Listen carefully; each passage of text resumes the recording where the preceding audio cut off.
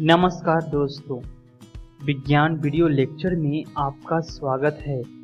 आज हम 8वीं कक्षा के अध्याय फसल उत्पादन एवं प्रबंध का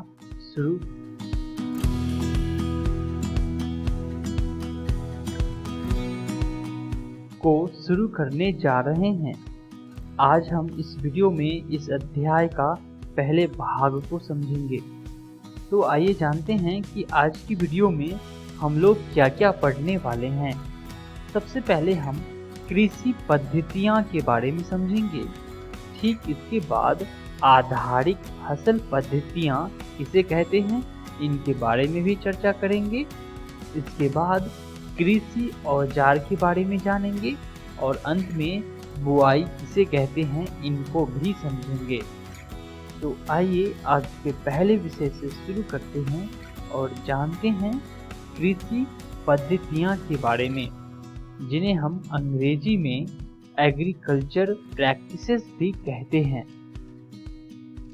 दोस्तों, जब एक ही किस्म के पौधे किसी स्थान पर बड़े पैमाने पर उगाए जाते हैं तो इसे फसल कहते हैं।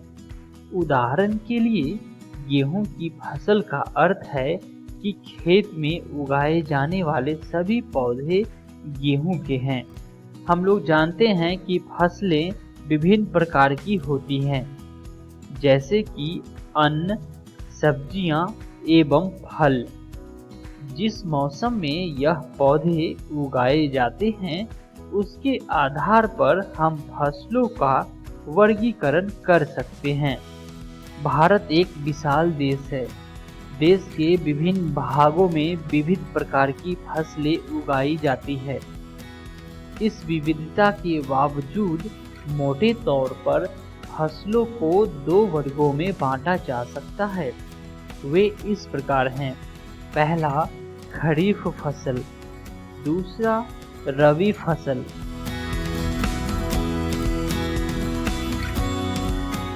आइए हम अब बारी बारी से जानेंगे खरीफ फसल और रबी फसल किसे कहते हैं।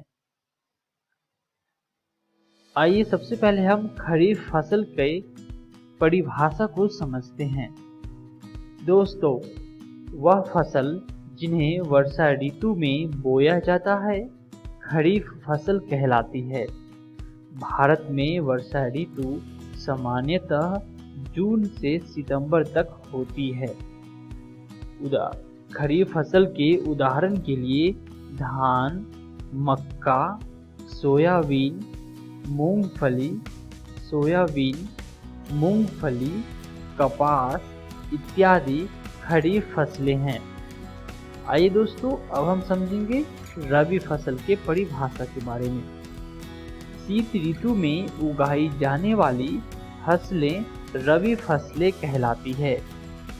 गेहूं, चना, मटर, सरसों तथा अलसी रबी फसल के उदाहरण हैं इसके अलावा कई स्थानों पर दालें और सब्जियां ग्रीष्म में उगाई जाती है। आइए दोस्तों, हम अगले विषय की तरफ बढ़ते हैं और जानते हैं आधारिक फसल पद्धतियाँ के बारे में। दोस्तों, फसल उगाने के लिए किसान को अनेक क्रियाकलाप सामयिक अवधि में करने पड़ते हैं। हम लोग देखे ही होंगे कि यह क्रियाकलाप अथवा कार्य कृषि पद्धतियाँ कहलाते हैं। आप चित्र को ध्यान से देखें और समझने की कोशिश करें कि फसल उगाने के लिए किसान कौन कौन से क्रियाकलाप समय अवधि में करते हैं। आइए दोस्तों, कृषि पद्धतियाँ के क्रियाकलाप को जानते हैं, जो कि इस प्रकार निम्नलिखित हैं। पहला, मिट्टी तैयार करना, उसके बाद बुआई करना, उसके बाद खाद एवं उर्वरक देना।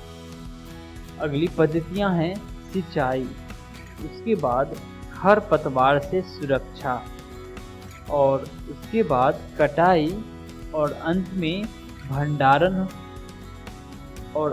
भंडारण करते हैं।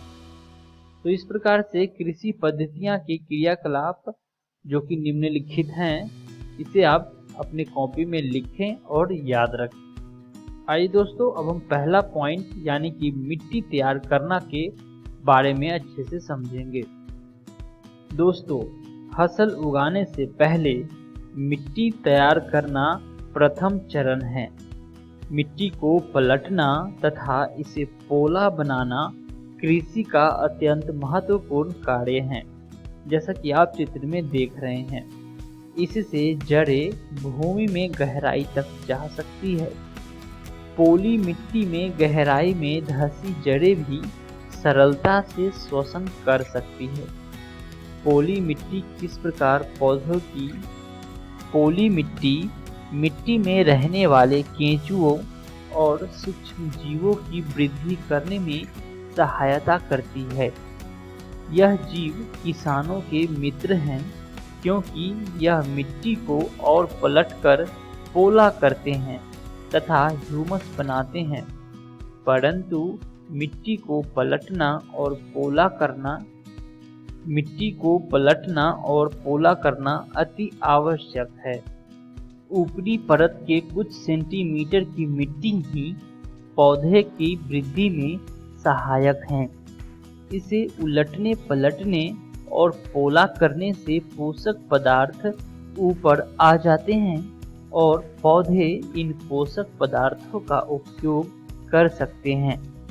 अतः मिट्टी को उलटना पलटना एवं पोला करना फसल उगाने के लिए अत्यंत महत्वपूर्ण है। मिट्टी को उलटने पलटने एवं पोला करने की प्रक्रिया जुताई कहलाती है, जो कि आप दाईं वाली चित्र में देख रहे हैं। मिट्टी को पोला आप हल चलाकर कर सकते हैं। हल लकड़ी अथवा लोहे के बने होते हैं। यदि मिट्टी अत्यंत सूखी है तो जुताई से पहले इसे पानी देने की आवश्यकता भी पड़ सकती है। कभी कभी जुताई से पहले खाद दिया जाता है। इससे जुताई के समय खाद मिट्टी में भली भांति मिल जाती है। बुआई से पहले खेत में पानी दिया जाता है, जैसे कि आप चित्र में देख रहे हैं। आइए दोस्तों, अब हम समझेंगे कृषि औजार के बारे में। दोस्तों, अच्छी उपज के लिए बुआई से पहले मिट्टी को भुरभुरा करना आवश्यक है। यह कार्य अनेक औजारों से किया जाता है। हल, कुदाली एवं कल्टीवेटर इस कार्य में उपयोग किए जाने वाले प्रमुख औजार हैं। आप चित्र को देखें और समझने की कोशिश करें। चित्र में हल शाफ्ट का उदाहरण दिया गया है।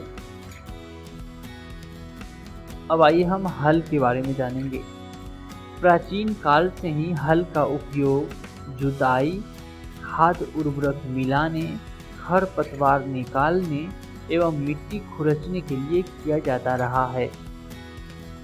यह औजार लकड़ी का बना होता है, जिसे बैलों की जोड़ी अथवा अन्य पशुओं यानी कि घोड़े, ऊंट की सहायता से खींचा जाता है।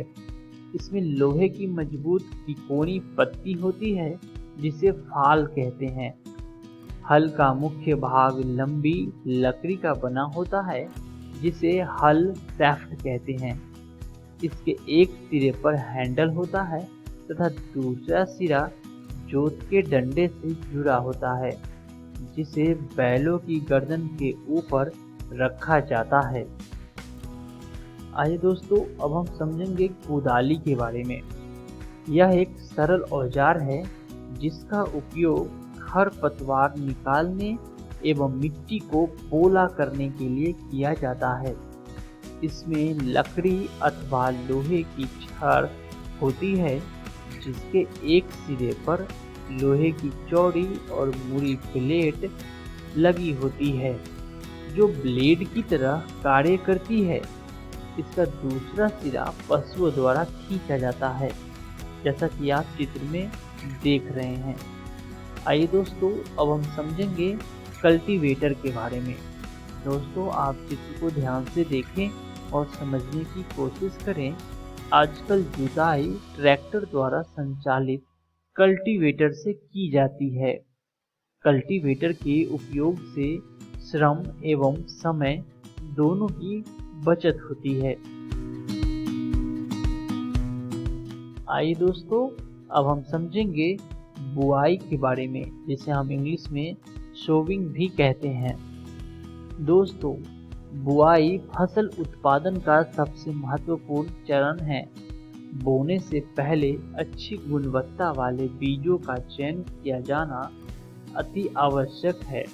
अच्छी गुणवत्ता वाले बीज अच्छी किस्म के साफ एवं स्वस्थ बीज होते हैं। किसान अधिक उपज देने वाले बीजों को प्राथमिकता देता है।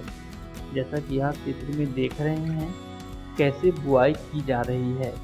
आइए दोस्तों, हम अब सीड ड्रिल के बारे में समझेंगे। आजकल बुआई के लिए ट्रैक्टर द्वारा संचालित सीड ड्रिल, जिसे आप चित्र में देख रहे हैं, इसका उपयोग होता है। इसके द्वारा बीजों में समान दूरी एवं गहराई बनी रहती है। यह सुनिश्चित करना है कि बुआई के बाद बीज मिट्टी द्वारा ढक जाएं।